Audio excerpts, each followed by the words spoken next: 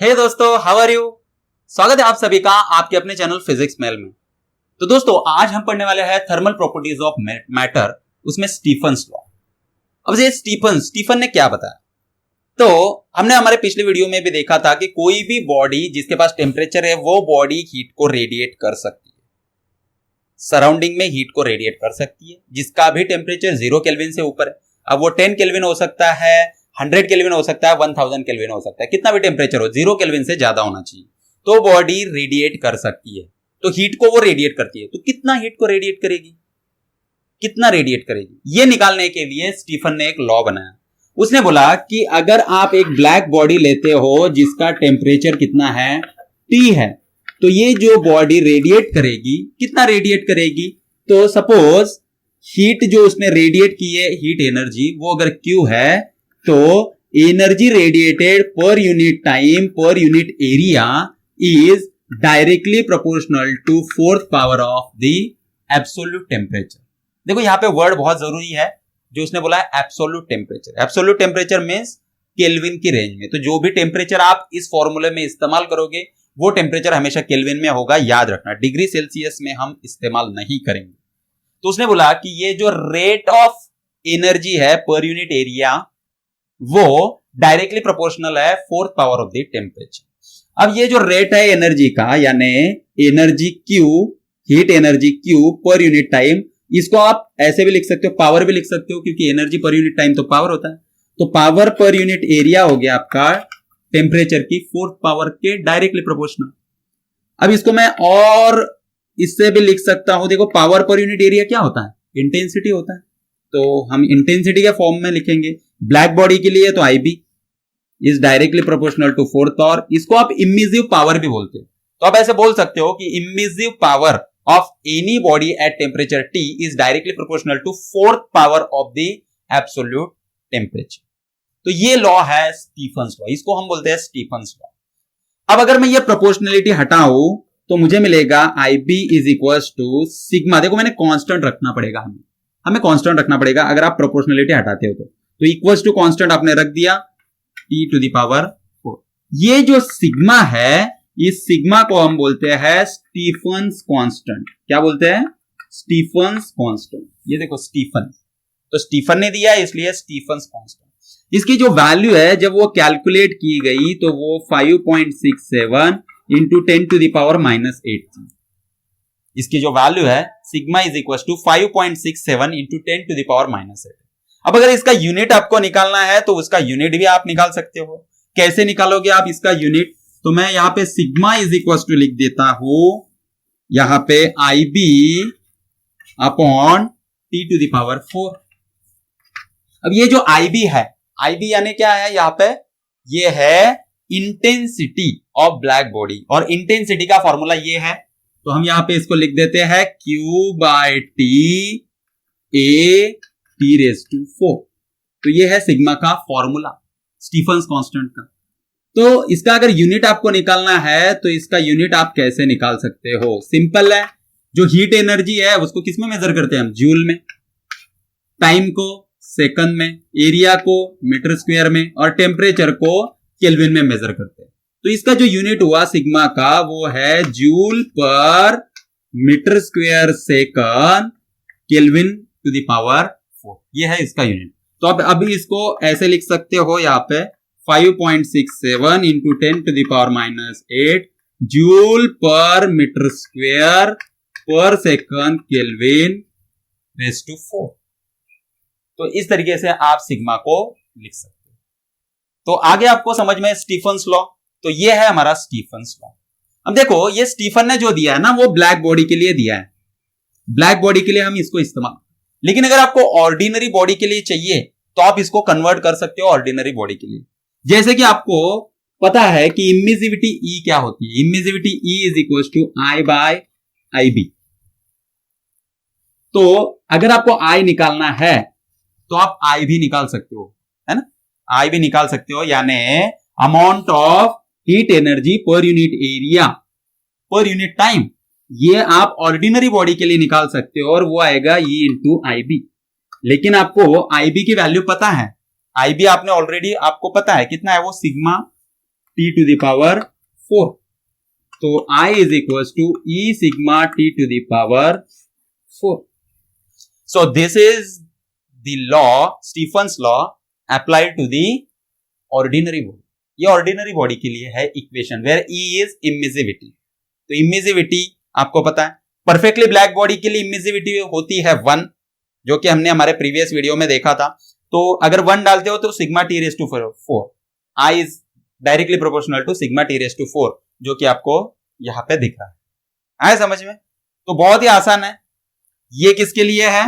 ये है perfectly black body या तो फिर ब्लैक बॉडी, और ये किसके लिए है? ऑर्डिनरी बॉडी के लिए। ऑर्डिनरी बॉडी के लिए आपको सिर्फ इमिसिविटी से मल्टीप्लाई करना याद रखना। अब देखो, इसके कई सारे वेरिएंट्स हो सकते हैं, जैसे कि आपको अब ये इंटेंसिटी के फॉर्म में या तो फिर इमिसिव पावर के फॉर्म में, कई बार आपको पावर के फॉर्म में पूछा रहेगा। तो हमें पता है emissive power IB is equal to power per unit area, तो आप इसको ऐसे लिख सकते हो सिग्मा टी रेस टू 4। तो पावर P को अगर आपको निकालना है तो sigma A t raise to 4, ये हो गया आपका पावर। यहां पे ये जो एरिया है, एरिया किसका रहेगा? तो एरिया होगा उस बॉडी का जो बॉडी रेडिएट कर रही है। पावर पर यूनिट एरिया किसका था? एरिया किसका रहेगा? जो बॉडी रेडिएट कर रही है। तो ये जो एरिया है वो जो बॉडी रेडिएट कर रही है उसका एरिया याद रखना। जिस पे एनर्जी फॉल कर रही है उसका एरिया नहीं है, ये जो बॉडी रेडिएट कर रही है उसका एरिया है। क्योंकि बच्चे जब JEE नीट के हम न्यूमेरिकल सॉल्व करते हैं तो बच्चे यही पे गलती कर देते हैं। तो ये चीज आपको गलती नहीं करनी है, यहां पे गलती नहीं करनी है, इसको याद रखना। चलो ठीक है, इसको और एक्सटेंड करते हैं। अब समझ लेते हैं कि जो एक्सटर्नल टेम्परेचर है वो T0 है, यानी जो सराउंडिंग है।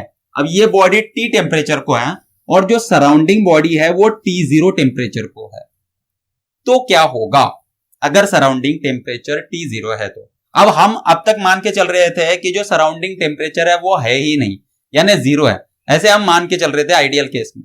लेकिन प्रैक्टिकली जब हम देखते हैं तो प्रैक्टिकली हमें पता है कि जो T0 है, सराउंडिंग टेम्परेचर है, वो हमेशा होता है एयर में। तो आप एयर में कोई भी बॉडी रखते हो तो वहां पे सराउंडिंग का टेम्परेचर रहेगा।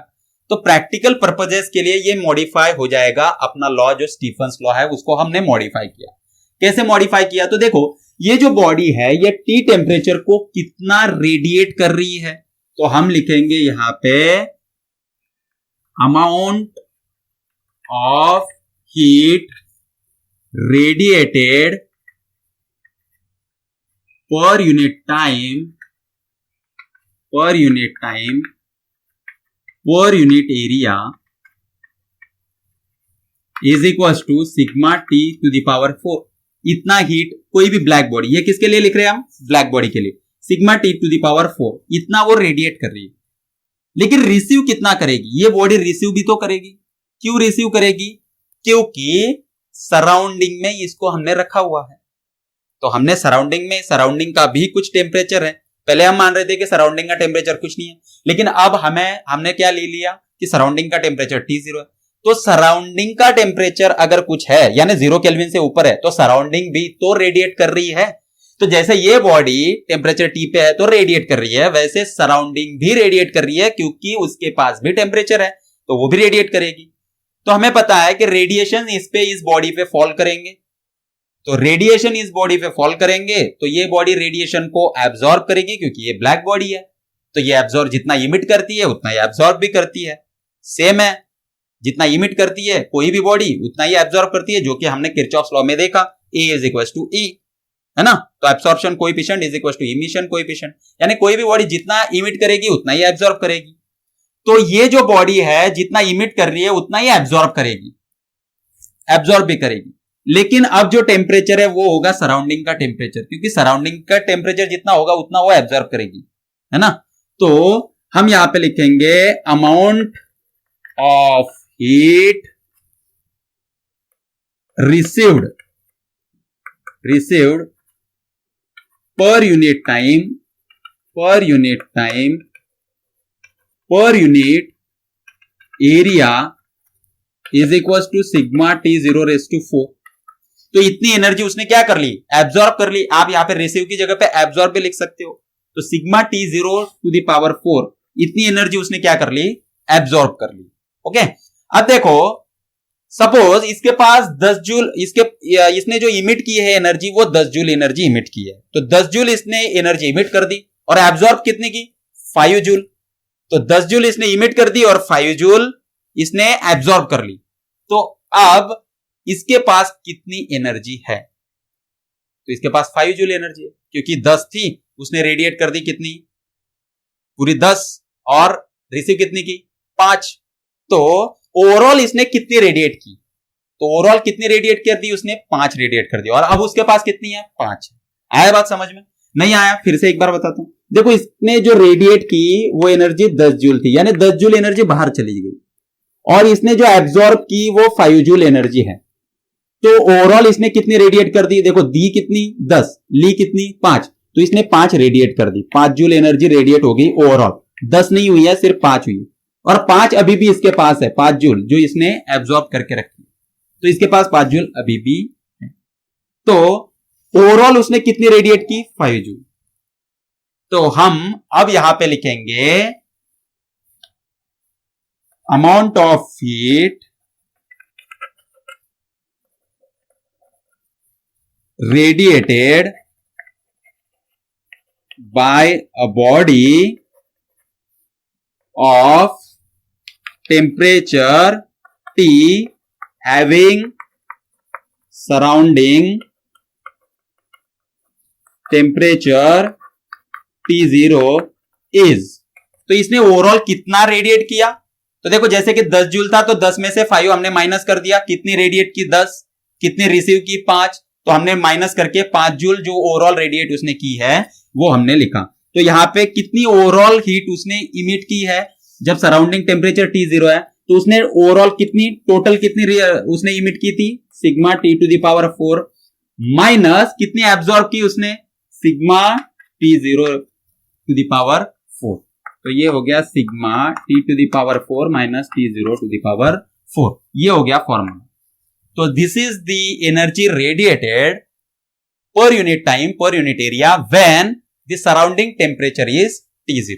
तो अगर सराउंडिंग टेम्परेचर T0 है तो वो इतना ही एनर्जी रेडिएट करेगी। और ये कौन सी बॉडी है? ये परफेक्टली ब्लैक बॉडी। ये सब कुछ हमने किसके लिए निकाला? Perfectly black body. यही अगर ऑर्डिनरी बॉडी होती, यही अगर ऑर्डिनरी बॉडी होती तो फिर ऑर्डिनरी बॉडी के लिए, ordinary body at temperature T place in surrounding having temperature T0, अगर वहां पे रखा है तो heat radiated per unit time per unit area is, वो कितना हो जाएगा? तो देखो, ब्लैक बॉडी के लिए इतना है, तो ऑर्डिनरी बॉडी के लिए कितना होगा? E T to the power 4 minus T0 to the power 4। तो इतनी एनर्जी रेडिएट होगी per unit time per unit area, कब? जब सराउंडिंग टेम्परेचर T0 हो और बॉडी कैसी हो? ऑर्डिनरी हो। तो हमने यहां पे सिग्मा नहीं लिखा तो सिग्मा लिख देते हैं, E sigma, where E is the immiscibility of that body, immiscibility of that body, ordinary body। तो ये फॉर्मूला आपको याद रखना। तो अभी आपके पास 4 फॉर्मूले हो चुके हैं। पहला फॉर्मूला है परफेक्टली ब्लैक बॉडी के लिए, sigma T to the power 4 है ना, Q/AT का। दूसरा फॉर्मूला है ऑर्डिनरी बॉडी के लिए, जिसके लिए आपको यहाँ पे E लगाना है, तो E sigma T to the power 4 जब आपको सराउंडिंग टेम्परेचर नहीं दिया है, यानी सिर्फ आपको जो रेडिएट हुई है एनर्जी वही निकालनी है। और अगर सराउंडिंग टेम्परेचर T0 दिया है तो ये वाला फॉर्मूला इस्तेमाल करेंगे हम, सिग्मा वाला। और अगर ऑर्डिनरी बॉडी है तो उसको E से मल्टीप्लाई कर देंगे। आया आपको समझ में? तो ये स्टीफन्स लॉ था और उसके फॉर्मूले थे। ये सारे फॉर्मूले नोट डाउन कर लो और उसके बाद में हम देखते हैं न्यूमेरिकल्स। तो चलो न्यूमेरिकल्स की तरफ चलते हैं। अब न्यूमेरिकल्स पढ़ेंगे। प्रीवियस ईयर में जो जो न्यूमेरिकल्स आ चुके हैं तो मैं इसको रफ कर देता हूं अभी। तो चलो दोस्तों, हम हमारा फर्स्ट एग्जांपल सॉल्व करते हैं। पहला एग्जांपल है JEE एग्जाम 2004 से। तो 2004 में ये एग्जांपल आया था। एग्जांपल क्या है? एग्जांपल है कि सन जो है उसका टेम्परेचर T है। ओके, तो उसका अगर टेम्परेचर आपने T से लेके 2T कर दिया और उसकी जो रेडियस है उसको R से लेके 2R कर दिया, यानी दोनों भी डबल कर दिया, टेम्परेचर भी डबल कर दिया और रेडियस भी डबल कर दिया, तो जो रेट ऑफ एनर्जी रिसीव होगा अर्थ पे जो रेट ऑफ एनर्जी रिसीव होगा उसका रेशो आपको निकालना है फाइनल टू इनिशियल को, यानी ये 2T और 2R होने के बाद जो रेट है उसका रेशो लेना है। मैं यहां पे लिख देता हूं, सपोज वो जो रेट है रेट ऑफ एनर्जी यानी पावर, तो पावर P2 का P1 से रेशो आपको पूछा है। अब हमने एक फॉर्मूला देखा स्टीफन्स लॉ में कि Q/AT, स्टीफन्स लॉ ने बोला है कि amount of energy per unit time per unit area is directly proportional to T to the power 4, यानी Q/AT is equal to sigma T to the power 4। ये formula हमें पता है। अब यहाँ पे पावर पूछा है, पावर का रेशो, तो पावर यानी एनर्जी पर यूनिट टाइम, यानी इसको हम ऐसे भी लिख सकते हैं P/A is equal to sigma T raise to 4, तो power P is equal to sigma A T to the power 4। तो ये जो पावर का फॉर्मूला है जो अभी हमने डिराइव किया था उसी को हम यहां पे लेंगे। तो P2 यानी जब ये पैरामीटर्स है तो फॉर्मूला क्या आएगा, सिग्मा, यहां पे एरिया क्या आएगा, A2 आएगा, P2 के लिए एरिया A2 और इसके लिए T2, टेम्परेचर होगा T2। वैसे ही sigma A1 T1 to the power 4 for P1। अब सिग्मा जो है वो तो कांस्टेंट है, स्टीफन कांस्टेंट, बॉडी चेंज नहीं हो रही है तो स्टीफन कांस्टेंट भी चेंज नहीं होगा, इसलिए ये दोनों कट हो जाएंगे। अब ये एरिया किसका है, ये अर्थ का सरफेस का एरिया है, क्योंकि अर्थ के सरफेस पे पूछा है, तो अर्थ के सरफेस का एरिया है या सन का एरिया है। तो दोस्तों मैंने अभी आपको बताया कि ये एरिया जो है इसके फॉर्मूले में ये एरिया किसका होता है, ये जो रेडिएट कर रहा है ना उसका एरिया होता है। तो ये रेडिएट कर कौन रहा है, सन रहा है, तो सन रेडिएट कर रहा है इसलिए एरिया भी सन का होगा। अब जो एरिया है, एरिया का फॉर्मूला हमें पता है P2/P1 is equal to, area का फॉर्मूला क्या होता है, तो ये देखो सन क्या है, सन एक स्फीयर है, तो जितना उसका सरफेस एरिया होगा उतना ही वो रेडिएट करेगा। तो सन का यानी स्फीयर का जो एरिया होता है वो कितना होता है, वो 4πr² होता है। तो A2 है तो 4πr², रेडियस कितनी है 2r, उसका स्क्वायर, और जो टेम्परेचर T2 है वो कितना है, वो 2T है, इसलिए उसका भी स्क्वायर, तो 4πr² ये एरिया होता है। और यहाँ पे रेडियस कितनी है, सेकंड में पूछा है आपको P2, तो वो रेडियस है 2r। अब यहाँ पे कितना आएगा 4π, तो प्रीवियस रेडियस इसकी कितनी थी, r थी, इसलिए r1 क्या आ जाएगा r, तो 4πr² होगा। टेम्परेचर T1 कितना था पहले, तो T था, इसलिए T टू द पावर 4। बस जो कांस्टेंट है उसको कट कर दो तो आपको मिलेगा 2 का स्क्वायर 4, R का स्क्वायर R², 2 का यहां पे पावर कितना होना चाहिए, 4th होना चाहिए, तो 2 का पावर 4th कितना आता है 16 T to the power 4 upon R² T to the power 4, T to the power 4 cut, R² cut, okay. तो यहां पे ये 4 और ये 4 भी कट, तो ये कितना हो गया, ये हो गया 16। तो दोनों का जो रेशो आएगा दोस्तों वो P2/P1 इज इक्वल टू 16। तो जो पावर उसकी बढ़ेगी, जो अर्थ पे हम रिसीव कर रहे हैं, वो जो पावर जो हमें मिल रही है वो 16 टाइम्स मोर होगी देन दी प्रीवियस पावर। अभी जितनी मिल रही है ना, तो अभी बहुत ज्यादा मिल रही है, तो अगर वो 16 टाइम्स हो गई तो समझ लो कि हमारा क्या हो जाएगा, ब्लैक स्मोक हो जाएगा। इतनी एनर्जी ये है, 16 टाइम्स मोर हो गई, तो सोचो कि अर्थ का क्या होगा, है ना। तो सब तरफ स्मोक ही स्मोक, धुआं ही धुआं रहेगा, सब जलने लगेगा। तो चलो अभी दूसरा एग्जांपल हम देखते हैं जो कि नीट 2009 में आया हुआ था। नीट एग्जाम जो थी 2009 की, उसमें ये एग्जांपल आया हुआ है। तो क्या है एग्जांपल, एग्जांपल है एक ब्लैक बॉडी है जिसका टेम्परेचर आपको दिया हुआ है, कितना टेम्परेचर है 227 डिग्री सेल्सियस। तो 227 डिग्री सेल्सियस टेम्परेचर उसका है, और वो जो हीट रेडिएट कर रही है वो कितनी दी है, 7 कैलोरी पर सेंटीमीटर स्क्वायर सेकंड। इतनी हीट एनर्जी वो रेडिएट कर रही है। तो अगर आपको टेम्परेचर T2 को पूछा कि 727 डिग्री सेल्सियस को ये जो हीट का रेट होगा, वो आपको क्या किया है, वो आपको पूछा है। तो ये है न्यूमेरिकल। अब देखो इसके यूनिट से हमें क्या पता चल रहा है कि ये अमाउंट ऑफ हीट रिसीव पर यूनिट एरिया पर यूनिट टाइम है। देखो कैलोरी हीट के लिए, सेंटीमीटर स्क्वायर एरिया के लिए और सेकंड टाइम के लिए। तो ये आपको गिवन डेटा है और आपको यही रेट पूछा है, इसी यूनिट्स में पूछा है जब टेम्परेचर 727 डिग्री सेल्सियस हो जाए। तो हमें देखो दोस्तों बहुत ही इजी है, नीट 2009 में आया हुआ था, बहुत ही इजी एग्जांपल है। क्या करना है, यहाँ पे देखो, यहाँ पे आपको Q/AT पता है अकॉर्डिंग टू स्टीफन्स लॉ, वो होता है सिग्मा T⁴।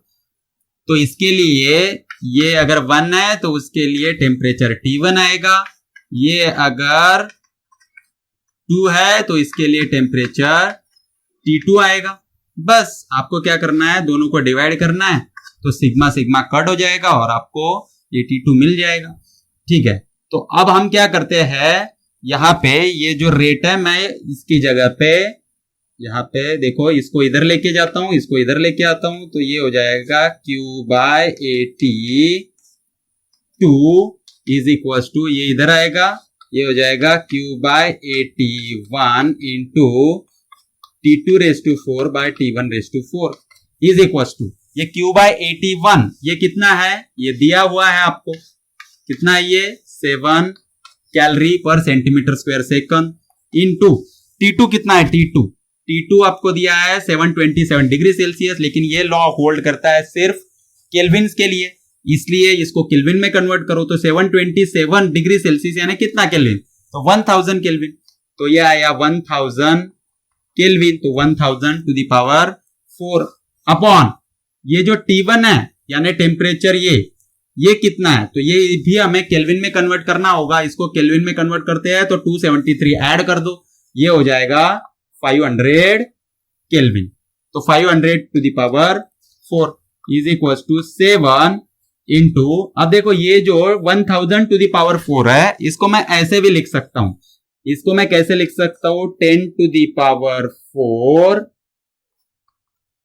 ऐसे भी लिख सकता हूं मैं इसको, 10⁴ इंटू 100⁴, ऐसे भी मैं इसको लिख सकता हूं।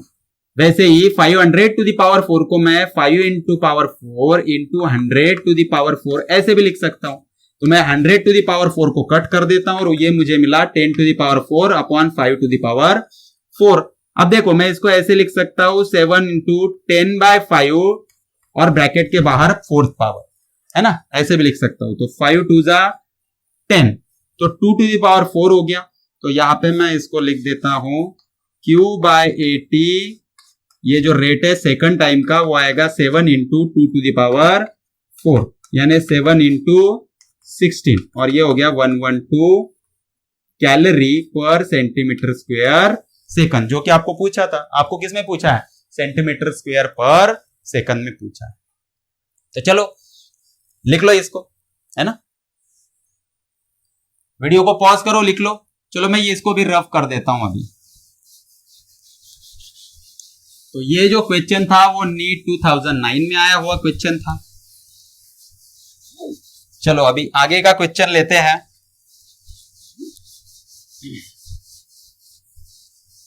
तो अभी लिखेंगे यहाँ पे क्वेश्चन नंबर 3।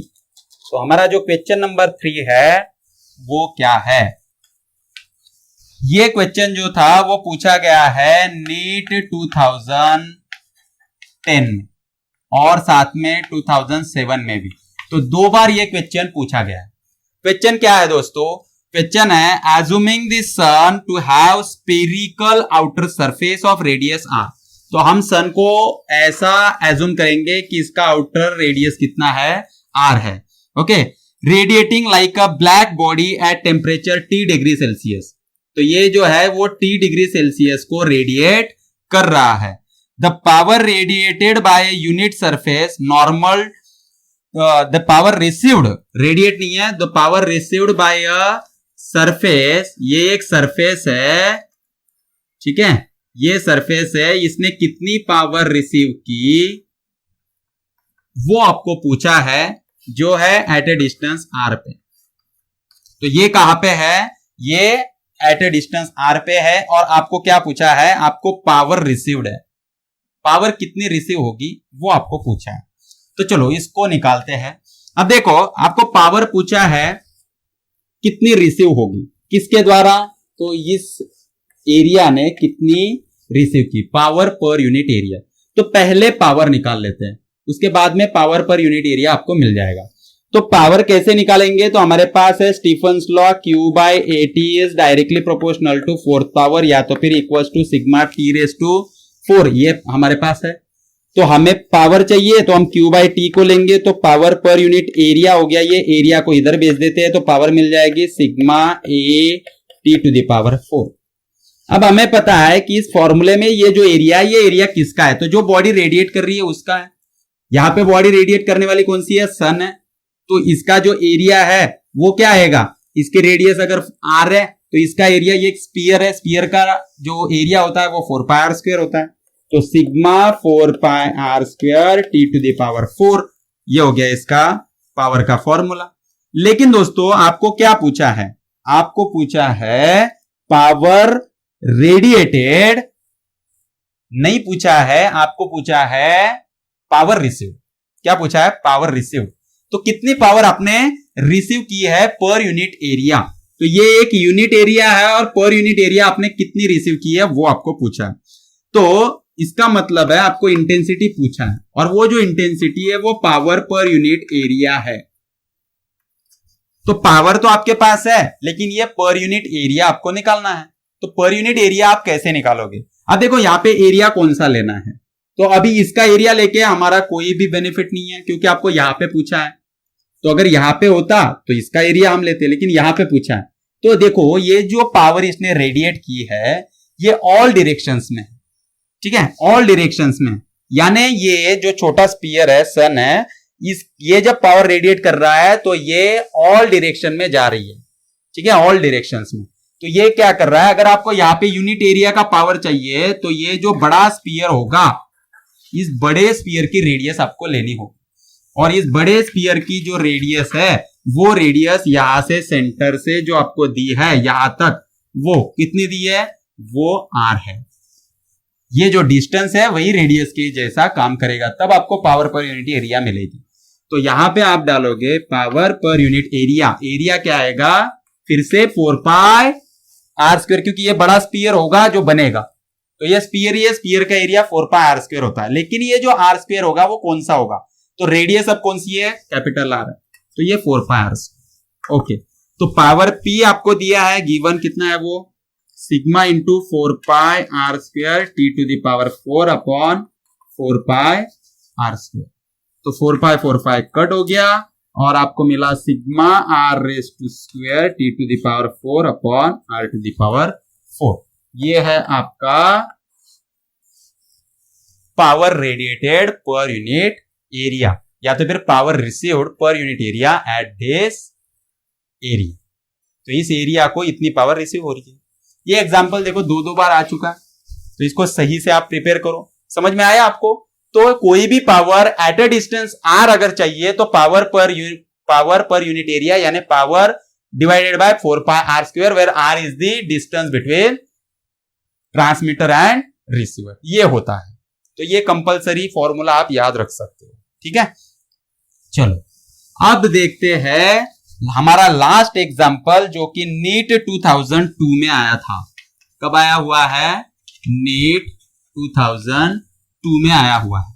न्यूमेरिकल क्या है दोस्तों? न्यूमेरिकल है for a black body at temperature 727 degree Celsius. तो एक ब्लैक बॉडी है जिसका टेम्परेचर कितना है? टेम्परेचर दिया है 727 डिग्री सेल्सियस, और रेडिएटिंग पावर इज 60 वैट। तो ये जो रेडिएट कर रही है पावर वो P1 कितना है? 60 वैट है। Okay, and temperature of surrounding का टेम्परेचर भी आपको दिया है T0, और T0 है 227 degree Celsius. If the temperature of black body is change to 12 to 7, यानी अगर ये टेम्परेचर T1 था तो ये इसका जो टेम्परेचर है वो अब T2 बन गया और वो 12 to 7 डिग्री सेल्सियस हो गया, then it's radiating power will be. तो इसकी पावर आपको P2 पूछी है। तो चलो देखो, ब्लैक बॉडी दी है एक, जिसका टेम्परेचर आपको इतना था पहले, ठीक है, तो ये इतनी पावर रेडिएट कर रहा था और सराउंडिंग का टेम्परेचर इतना था। तो अगर इसका टेम्परेचर इतना हो गया तो कितनी पावर ये रेडिएट करेगा? सिंपल सा एग्जांपल है, नीट 2002 में आया था। तो अब देखो हम क्या करेंगे, पावर का फॉर्मूला हमारे पास है जो हमने अभी अभी डिराइव किया, क्या है? Sigma A T to the power 4। तो हमारे पास पावर का फॉर्मूला है sigma A T to the power 4। लेकिन अभी अभी हमने देखा कि अगर सराउंडिंग का टेम्परेचर T0 है, जो कि यहाँ पे दिया हुआ है, तो उतनी पावर उसमें से माइनस कर देंगे जो वो एब्सॉर्ब करेगा। तो कितनी पावर वो एब्सॉर्ब करता है? तो वो sigma A T0 to the power 4 इतनी पावर वो एब्सॉर्ब कर लेता है। तो ये है पावर का फॉर्मूला। ये किसके लिए? तो ये P2 के लिए लिख देते हैं। तो P2 के लिए ये आएगा T2 और ये T0, बस बाकी कोई चेंज नहीं होगा क्योंकि एरिया तो चेंज हो नहीं रहा है, सिर्फ टेम्परेचर बदल रहा है इसका बॉडी का। एरिया तो उसका बॉडी जो रेडिएट कर रही है उसका एरिया चेंज नहीं हो रहा है, इसलिए उसको चेंज नहीं करेंगे। ये P2 के लिए, तो P1 के लिए क्या आएगा? Sigma A T1 to the power 4 minus sigma A T0 raise to 4। अब देखो ये जो सराउंडिंग टेम्परेचर है वो भी चेंज नहीं होगा, वो तो उतना ही है, सिर्फ जो बॉडी है उसका टेम्परेचर चेंज हो रहा है। तो मैंने क्या किया, रेशो ले लिया, दोनों को डिवाइड कर दिया। तो देखो क्या मिलेगा मुझे, P2 bye P1 is equal to, यहां से सिग्मा ए कॉमन निकलेगा और ये बनेगा T2 to the power 4 minus T0 to the power 4 upon, यहां से भी सिग्मा ए कॉमन निकलेगा और T1 to the power 4 minus T0 to the power 4। Sigma A cut हो जाएगा और P2 bye P1 is equal to, अब ये टेम्परेचर T2 कितना है? तो ये डिग्री सेल्सियस में दिया है। अब मैंने यहाँ पे आपको कई बार बताया कि स्टीफन्स लॉ में हम डिग्री सेल्सियस में नहीं लेंगे, एब्सोल्यूट टेम्परेचर है यानी केल्विन में, तो केल्विन में लेंगे। तो इसको केल्विन में अगर कन्वर्ट किया प्लस 273 ऐड किया तो ये हो जाएगा 1500, तो 1500 केल्विन और उसका पावर 4 माइनस T0 यानी सराउंडिंग टेम्परेचर, ये भी डिग्री सेल्सियस में, उसको केल्विन में कन्वर्ट करो, 273 ऐड करो तो ये हो जाएगा 500, तो 500 to the power 4 upon T1 to the power 4। T1 कितना है? 727, उसमें भी 273 ऐड किया तो 1000 to the power 4 minus T0 कितना है? 227 यानी 500 केल्विन। तो ये हमें मिल गया। तो इसको हम अब सॉल्व करेंगे, तो चलो सॉल्व करो इसको, कितना आएगा? तो देखो यहाँ पे P2 bye P1 is equal to, अब देखो यहाँ पे मैं क्या करता हूं, इसको ऐसे लिखता हूं 15 to the power 4 into 100 to the power 4 minus 5 to the power 4 into 100 to the power 4 upon 10 to the power 4 minus 5 to the power 10 to the power 4 into 100 to the power 4 minus 5 to the power 4 into 100 to the power 4। कोई फर्क नहीं पड़ने वाला। अब यहां से देखो 100 to the power 4 common दिख रहा है तो उसको बाहर निकाल लेंगे 100 टू दी पावर 4 को, और बीच में रहेगा 15 to the power 4 minus 5 to the power 4। यहां से भी हम 100 टू दी पावर 4 को बाहर निकालेंगे तो रहेगा 10 to the power 4 minus 5 to the power 4, ये दोनों कट हो जाएंगे।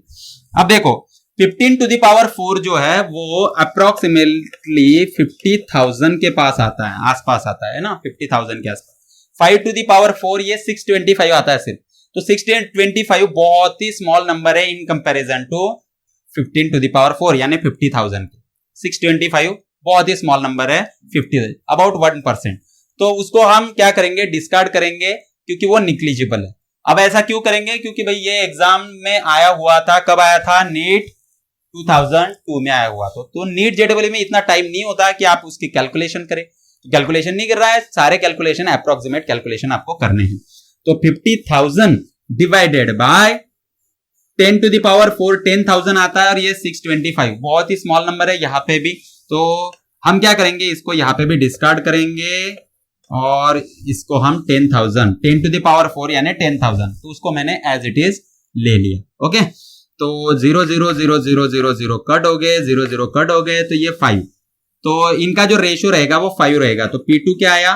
5 P1, और P1 आपको कितना दिया है? आपको 60 वैट दिया है। तो 60 यहाँ पे 5 इंटू 60 यानी कितने वैट हो गया? Approximately 300 watt. तो जो भी आंसर 300 वैट के आसपास होगा, जैसे कि इस पर्टिकुलर एग्जांपल में 320 वैट, ये भी एक ऑप्शन था, तो आप उस पर टिक करोगे। आया समझ में?